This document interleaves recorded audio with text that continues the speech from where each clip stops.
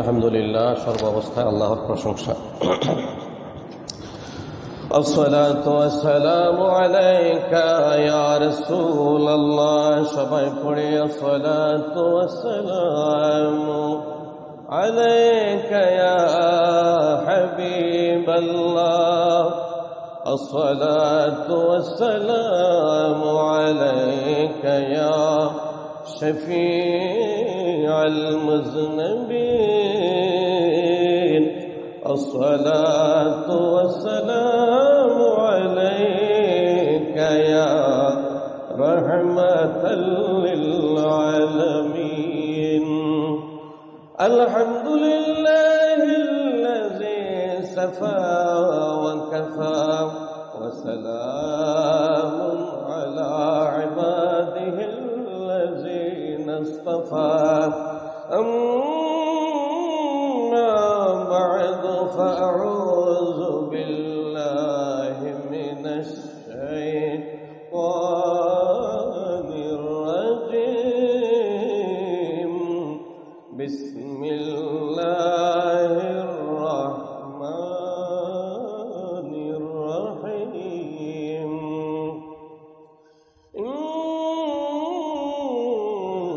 إنا أنزلناه في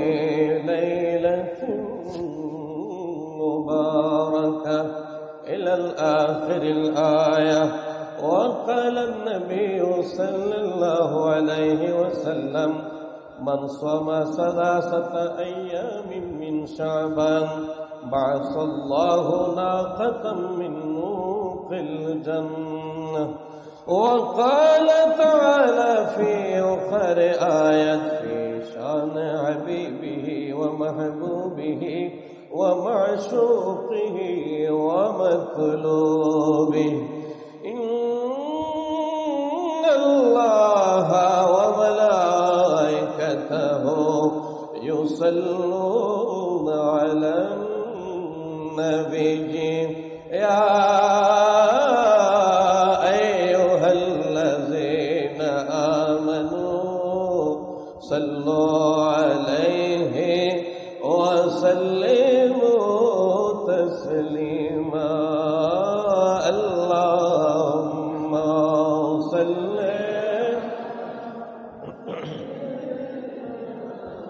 مولانا محمد وعلى آل سيدنا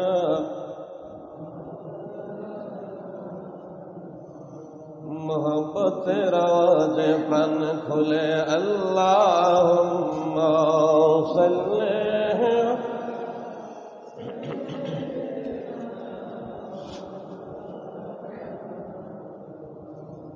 मद वअला आले सय्यदना।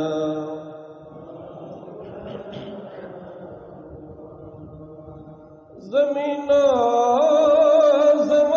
तुम्हारे लिए मकीनो मका तुम्हारे लिए चुनीनो चुना तुम्हारे लिए बने दो जहां तुम्हारे लिए। अल्लाहुम्मा सल्ली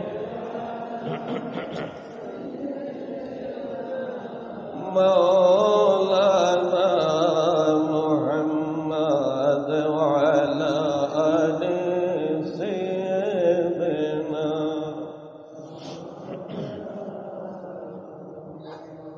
শুক্রবার জুমার দিনের দরুদ শরীফের মধ্যে ফজিলত ও বরকত অনেক বেশি। কথা বলেন ঠিক কিনা? নবীজি বলেন: আকসিরু সাল্লু আলাইয়া ইয়াউমাল জুমআতি ফাইন তুরাদু আমালাকুম। হুজুর বলেন, জুমার দিন আসলে তোমরা বেশি বেশি দরুদ শরীফ পড়ো, কারণ এই দিন তোমাদের সমস্ত আমলগুলি আমি নবীজির কাছে পেশ করা হয়। জোরে জোরে বলেন আল্লাহু আকবার। তাই আরেকটু মুহাব্বতের আওয়াজে আরেকবার আল্লাহুম্মা সাল্লি مولانا محمد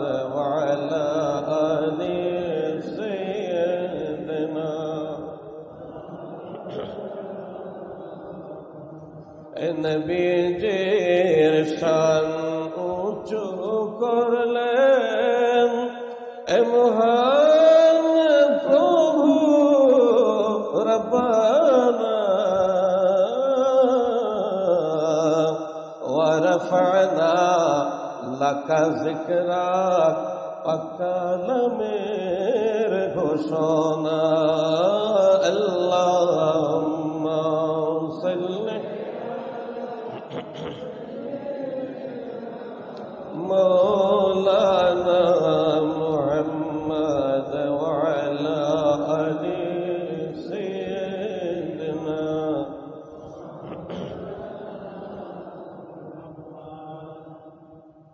উপস্থিত সম্মানিত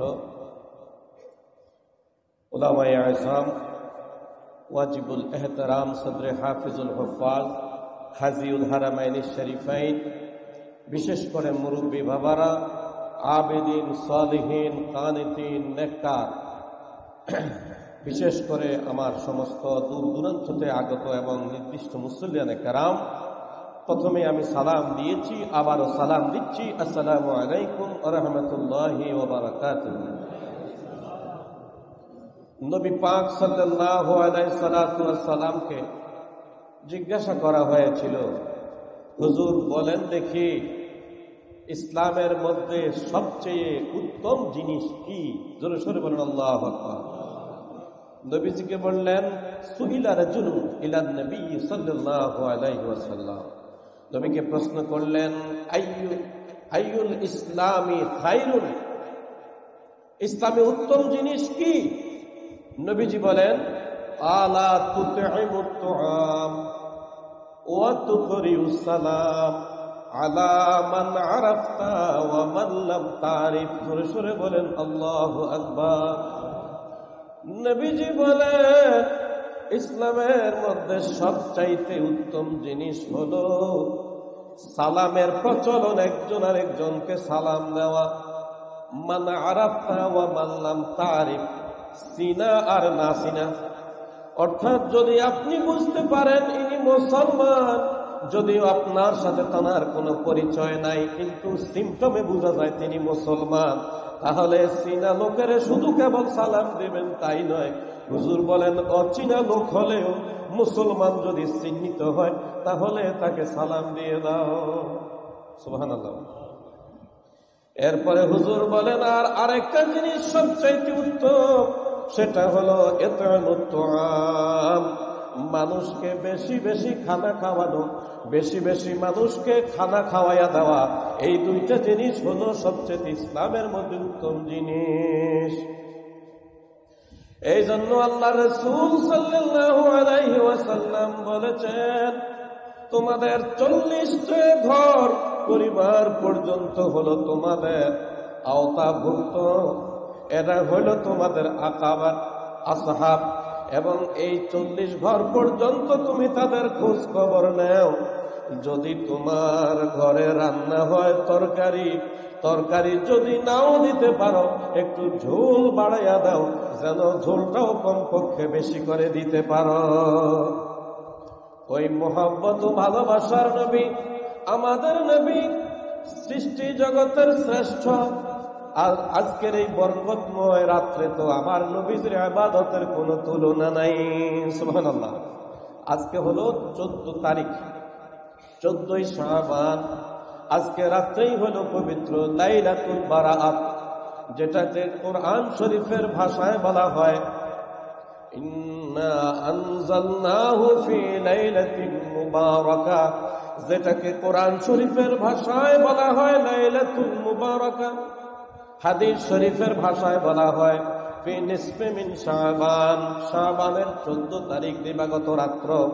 আর আমাদের শ্রুতিগত ভাষায় বলি শবে বরাত। কথা বলেন ঠিক কিনা?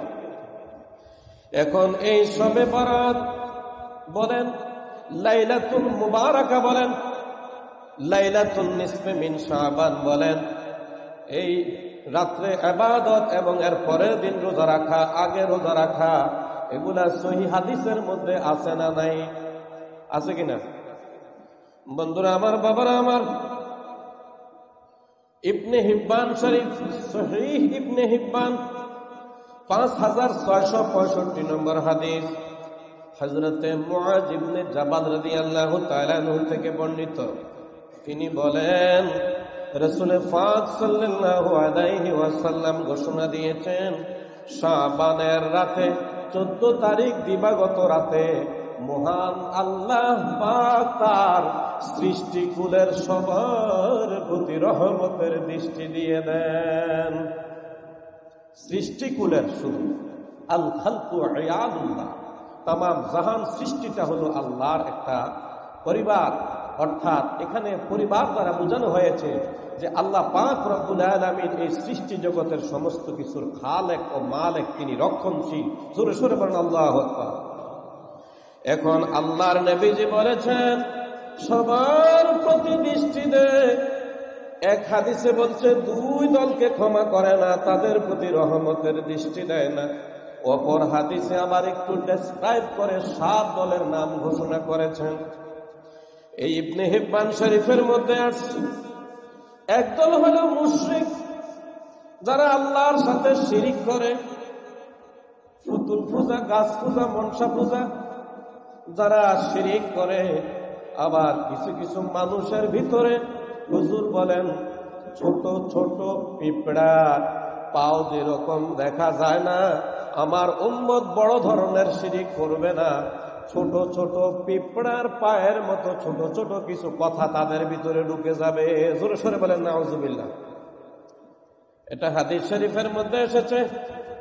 আপনি গতকালকে কি করলেন? এক চায়ের দোকানের মধ্যে দয়া বললেন, ভাই গতকালকে যদি আমি ইনসুলিন না নিতাম অথবা প্রেসারের ট্যাবলেটটা না খেতাম, তাহলে আজকে সকালে আমি মারা যাইতাম। জোরে সোরে বলেন নাউজুবিল্লাহ।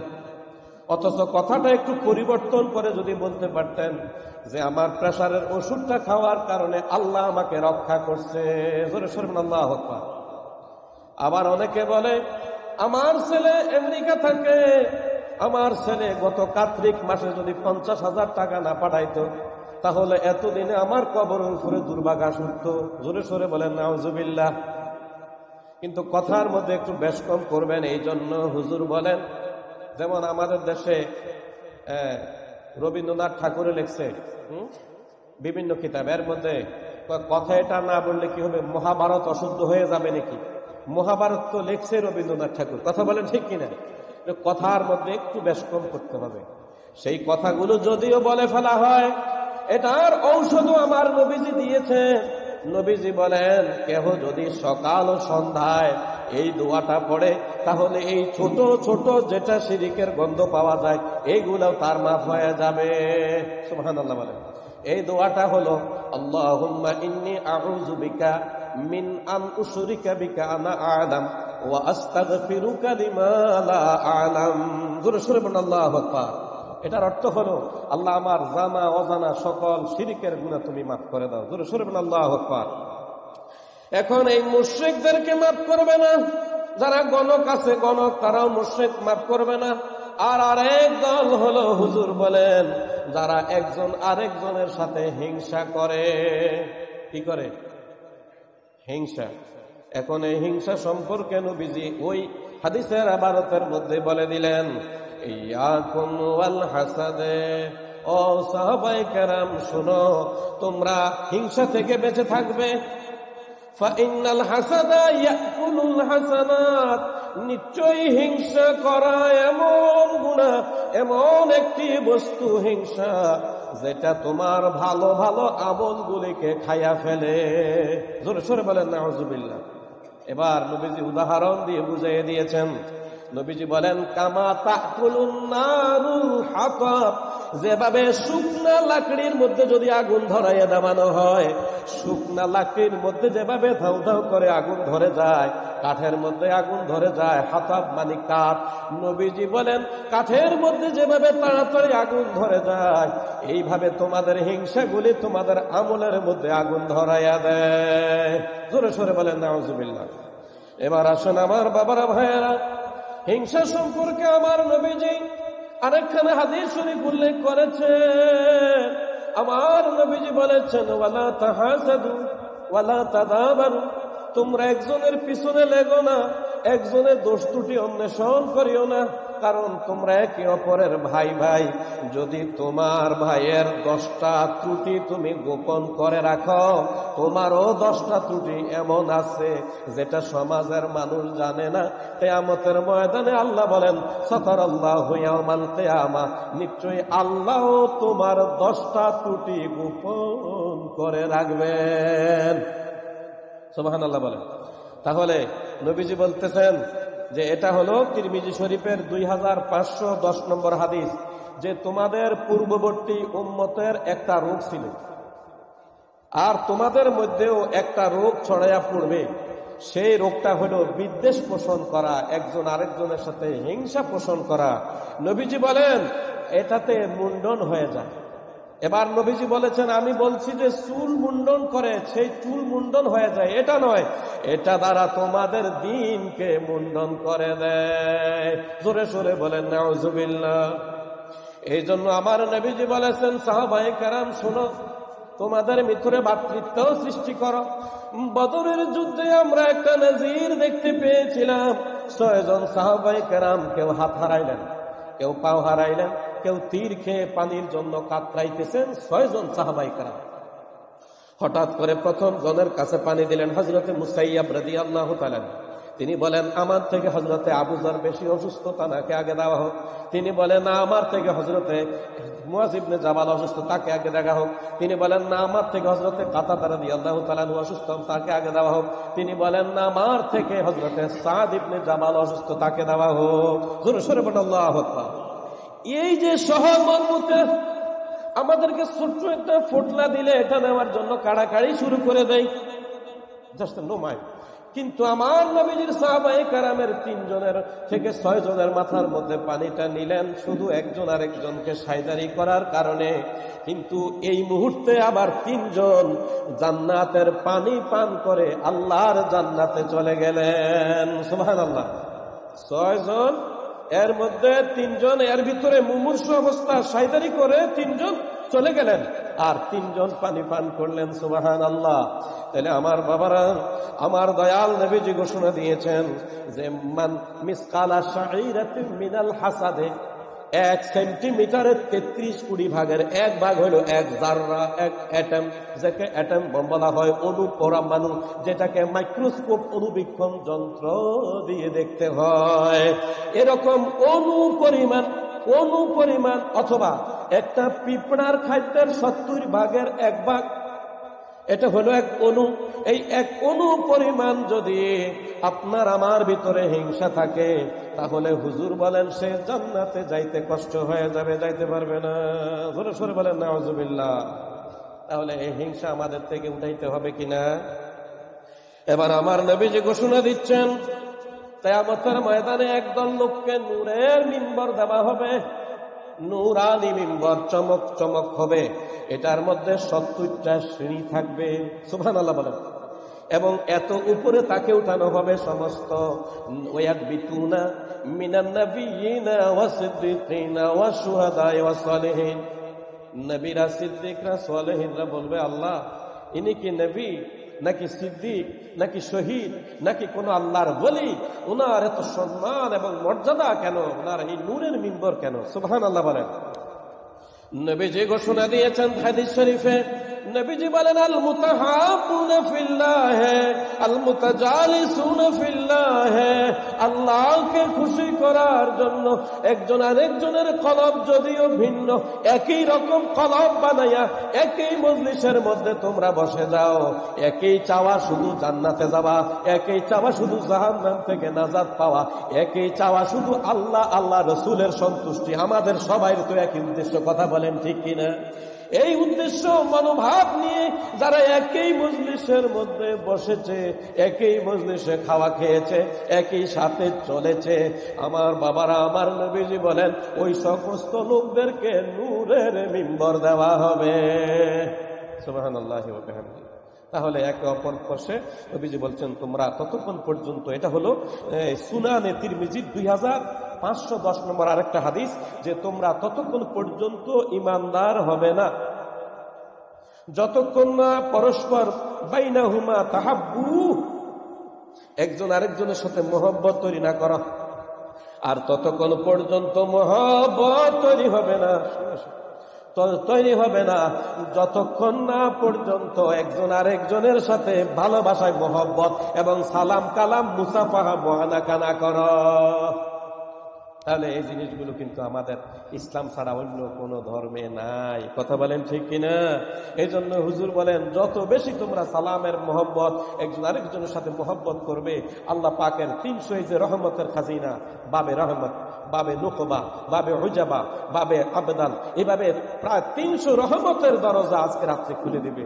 আর যারা সন্ধ্যা মাগরিবের অর্থাৎ সূর্য অস্তের সময়, অর্থাৎ ওই সময়ের মুহূর্তের মধ্যে যে 10-15 মিনিট সময়ের ভিতরে আপনি পশ্চিম দিকে ফিরে যদি 40 বার ইস্তিগফার করেন, আল্লাহ আমি গুনাহ করেছি, তোমার দরবার তো রহমতের দরিয়া, এখনো তো আল্লাহ পাক তওবার দরজা খোলা রাখছে। কথা বলেন ঠিক কিনা? সেই তওবার দরজা কিয়ামতের আগে হঠাৎ করে পশ্চিম আকাশে সূর্য উঠবে, একটা রাত্র হবে 3 দিন 3 রাত্রের সমান। আপনার রাত্রটা কিন্তু 3 দিন 3 রাত্রের সমান হবে। কেন হবে? তাফসীরের মধ্যে এসেছে ওয়াশ-শামসু তাজরি লিমুস্তাকাররিন লাহা যালিকা তাকদীরুল আজিজিল আলীম। এই আয়াতের তাফসীরের মধ্যে এসেছে আল্লাহ পাকের দরবারে প্রতিদিন সূর্য সিজদায় চলে যায় আরশ আজিমের নিচে। সুবহানাল্লাহ। আরশ আজিমের নিচে যায় সূর্য বলে, বারে লাহি আমাকে তুমি হুকুম দাও কিনা, আমি পরের দিন উঠবো কিনা। প্রতিদিন আমাদের জন্য সূর্য উঠাই দিতেছে কে? আল্লাহ। একদিন বলবে না যে দিক দিয়ে আসছে একটু অপেক্ষা করো, প্রথম তাকে বলবে ইন্তজার করো, অপেক্ষা করো। এই অপেক্ষায় 3 দিন 3 রাত্র চলে যাবে। আর এরপরে বলবে যেই দিক দিয়ে আসছো সেই দিকে তুমি ফিরে যাও। এর যে হইলে আসলি তোমার পথে তুমি ফিরে যাও। পশ্চিম আকাশে সূর্য উঠে যাবে, তাওবার দরজা বন্ধ হয়ে যাবে। হঠাৎ করে বেলা 9টা-10টা, যেটাকে এন্দার দোহা বলা হয়, 9টা-10টাকে এন্দার দোহা বলা হয়, এই টাইম পর্যন্ত সূর্য উঠে আবার থর করে সূর্য চলে যাবে। এরপরেই তওবার দরজা বন্ধ হলে সিংহে তো ফু নিয়ে দেওয়ার জন্য বসে আছে। কথা বলেন ঠিক কিনা? সেই সময়টা এখন তো আমাদের জন্য সুযোগ আছে। আল্লাহ পাক রব্বুল আলামিন ঘোষণা দিচ্ছেন যে বান্দা যখন গুনাহ থেকে আমার দিকে ফিরে আসে আমি কেমন খুশি হই জানোনি? কেমন? যেটা আমার বাবারা ইবনে হিব্বানের মধ্যে আছে, কোন সাওয়ারি যদি মনে করেন ডিজার্ট সাহারা মরুভূমির মধ্যে আপনি 50,000 মাইল চলে গেলেন বা 50 মাইলে গেলেন, যাওয়ার পরে সেখানের মধ্যে খাদ্য রসদ খাওয়া দাওয়া সবকিছু আপনার সাওয়ারির উপরে, আপনি অনেক পথ আসছেন, একটু তন্দ্রাইয়া গেলেন, ঘুমাইয়া গেলেন, হঠাৎ করে ঘুম থেকে জাগ্রত হয়ে দেখলেন সাওয়ারি নাই, খাওয়া নাই, আপনার কিছুই নেই, খাদ্য রসদ পাথেও কিছু নেই। হায় হায়, এত দূর পথ অতিক্রম করে, এইদিকেও মরুভূমি, সামনে পিছে সব জায়গায় মরুভূমি, আমার এখন মৃত্যু ছাড়া কোনো পথ নাই, এত পথ যেতে পারবো না, আল্লাহ তোমার নামে আমি আবার ঘুমাইয়া গেলাম। এই বলিয়া শেষ চক্ষু বন্ধ করে আবার ঘুমের থেকে উঠে যদি দেখে তার সাওয়ারি আছে, পাথেও আছে, খাদ্য রসদ সবকিছু হাজির। সুবহানাল্লাহ। সে যেরকম খুশি হইয়া যায়, আমার আল্লাহ বলেন বান্দা ওয়াইন তাস্তাগফির লাহুম 70 মাররাতান, কোরআন শরীফে আল্লাহ বলেন 70 বার তওবার অবকাশ দিয়েছি, এরপরেও রেখে দিয়েছি লা তাকনাতু মির রাহমাতিল্লাহ। আল্লাহ বলেন লাউহে মাহফুজের প্রথম আয়াত হলো বিসমিল্লাহ শরীফ, শেষ আয়াত হলো ওয়াসাবাকাত রাহমাতি আলা গাদাবি। আল্লাহ বলেন আমার রহমতও আছে, গজবও আছে, তবে রহমত এত বিশাল গজবকে ঢাকনা দিয়ে ফেলেছে। সুবহানাল্লাহ। এখন ওই বান্দা যেরকম খুশি হয় খাদ্য রসদ সবারই পেয়ে, আমার বান্দা যদি আমার দিকে ফিরে আসে আমি আল্লাহ এর থেকে 70,000 গুণ বেশি খুশি হইয়া যাই। সুবহানাল্লাহ। আর বান্দাকে আল্লাহ কেমন মায়া করে, হ্যাঁ কেমন মায়া করে, যে হযরতে মুসা আলাইহিস সালাম এবং হযরতে খিদির আলাইহিস সালাম একটা ভ্রমণ করেছিলেন সাগরের মধ্যে, মাজমাউল বাহরাইন। সেখানের মধ্যে নৌকার মধ্যে একটা পাখি উঠছিল, পাখিটা সামান্য একটু পানি মুখে নিয়েছিল চঞ্চু দিয়ে, সামান্য সিঙ্গেল ড্রপ অফ ওয়াটার, 1 জাররা পরিমাণ পানি। বলতেছে হযরত মুসা আলাইহিস সালাম আপনি শুনেন, আপনার এলেম আর আমার এলেম একসাথে করলে ছোট্ট সামান্য পানির সমান, আর আল্লাহর এলেমে যেটা সাগরের কোনো কুল কিনারা নাই। সুবহানাল্লাহ। এটাও শুনে রাখেন যে আপনার আর আমার ভিতরে যে মহব্বতটা আল্লাহ তৈরি করে দিয়েছে, এর থেকে কোটি কোটি গুণে সাগর বিশাল পরিমাণ হলো আল্লাহ পাক তার বান্দার প্রতি মহব্বত। জোরে সুরে বলেন আল্লাহু আকবার। তাহলে আমার বাবারা ভাইয়েরা, সাধ্য লোকের কথা তো বলতে পারলাম না, জাদুকর, শরাবখোর আছে, আরেকটা হলো শরাবখোর। এখন দেখবেন উপরে খুব সুন্দর চলে, ইয়াং জেনারেশন, কোট পাট প্রায় সবকিছু ঠিক আছে, মসজিদে অনেকে আসে, কিন্তু ভিতরে ভিতরে সে শরাবখোর। ইয়াবা, বাবা, ফেন্থিলিন, তারপরে পেথিলিন, পৃথিবীর শ্রেষ্ঠ মদ শ্যাম্পেন, নাউজুবিল্লাহ বলেন। এগুলো আমাদের উপরে, মনে করেন আমাদের ইসলামিক ফাউন্ডেশন চাকরি করতাম তো, ওখানে এগুলো করে বক্তব্য দিতে হয়, যদি এগুলো শিখছি। আল্লাহর নবীজি বলেন, ইন্না আলাল্লাহি আহদান, নিশ্চয়ই আল্লাহ ওয়াদা দিয়ে ফেলেছে। আমাদের ওয়াদা বেশ কম হতে পারে, আল্লাহর ওয়াদার কোনোদিনও পরিবর্তন হবে না। আল্লাহ বলেন, আমি ওয়াদা দিয়েছি লিমাই ইশরিবুল মুসকারা, যে মদ খাইবে, নেশা জিনিসের কথা বলছে, নেশা খাবে, মদ বলতে দরকার নাই, নেশা যেটা হয়। নবীজি বলেন, আইয়ুসকিয়াহু মিন তিনাতিল খাবাল, তারে তিনাতুল খাবাল খাওয়াবে। সাহাবায়ে কেরাম বলেন, হুজুর এটা আবার কি? তিনাতুল খাবাল, এটা তো বুঝি না। নবীজি বলে, বুঝো না, যে জাহান্নামের তলদেশে জাহান্নামীদের ফুজ, রক্ত, দলিত, মথিত যাহা কিছু হয়, এগুলা সব যেখানে যাইয়া জমা হয়, সেটা হইল তিনাতুল খাবাল, আর এটা হইল খাদ্য শরাবখোরের। জোরে সোরে বলেন নাউজুবিল্লাহ। তাহলে শরাবখোররা ভালো করে বুঝতে পারছে যে তাদের অবস্থাটা কি হবে। এরপরে নবীজি বলেন, জিনাকারী, যারা জিনা করছে, এটা তো এখন দেশে অ্যাভেলেবেল হয়ে গেছে। তারপরে হলো আত্মীয়তার চিহ্ন সম্পর্ক ছেদনকারী। নবীজি বলেন, মান কাতা সিলাতাল মিরাস, যে ব্যক্তি তার আত্মীয়তার সম্পর্ক ছেদন করেছে, অথবা কেতা, সে সম্পর্ক ছেদন করেছে কোনো ওয়ারিসি সম্পত্তি কোনো ভাইয়ের, তাহলে আল্লাহর নবীজি বলেছেন, কাতা সিরাতিল জান্নাহ, তার সাথে জান্নাতের সম্পর্ক ছেদন হয়ে গেছে। জোরে সোরে বলেন নাউজুবিল্লাহ। এই জন্য আমার বাবার আরেকটা হলো পিতা মাতার অবাধ্য সন্তান, যেটা নবীজি কিয়ামতের 10টা আলামত বলছেন। ইযা তুখিজাল ফায়ুদাউলা ওয়াল আমানাতু মাগনামা ওয়াজ যাকাতু মাগরামা ওয়া তুআল্লিমু লিগাইরাদ্দিন ওয়া আতা'আর রাসূল ইমরাতুহু। সন্তান তার বন্ধু বান্ধবকে কাছে টানবে। ছেলেরা যদি বলে, বাবা সমীর আলী ঢাকার থেকে 850,000 টাকা বেতন পায়, আবার 1,000 টাকা দিয়ে যাচ্ছে, 1,000 টাকা দেখলে আব্বা কিছু নাস্তা পানি খাবো, এই জন্য বাড়িতে আসে। বাড়িতে আসলে শুধু এরকম করেন। আর এই হুন্ডা লইয়া 5টা ছেলেরে নিয়ে, এই যে আপনাদের সাতক্ষীরা বড় হোটেলের মধ্যে যাইয়া 20,000 টাকা শেষ করে ফেলবে বন্ধু বান্ধব দিয়ে, সে কিছু আফসোস করবে না। কথা বলেন ঠিক কিনা? হুজুর তো বলে গেছেন, মা বাবারও দূরে সরা দেবে, বাবারও দূরে সরা দেবে, আর বন্ধু বান্ধবের কাছে টানবে। এই পিতা মাতার সম্পর্ক ছেদনকারী সন্তান এ রাত্রে মাপ পাবে না? মাপ পাবে না বললে ভুল হবে, পাবে, যদি এমন তওবা করা যায় যে তওবার পরে সে আর ওই রকম না করে। কথা বলেন ঠিক কিনা? এই জন্য আমার বাবার ভাইয়ের আরেকটা হলো গীবত, পরনিন্দাকারী। একজন দেখবেন এই জনের কথা সেই জনের কানে, এই জনের কথা সেই জনের কানে, সেই জনের কথা তুমি কারো কাছে কইও না, হে কইতে কইতে পুরো এলাকা করে ফেলছে। কথা বলেন ঠিক কিনা? এরকম গীবতকারী আমাদের দেশে নাইও, আসেনি?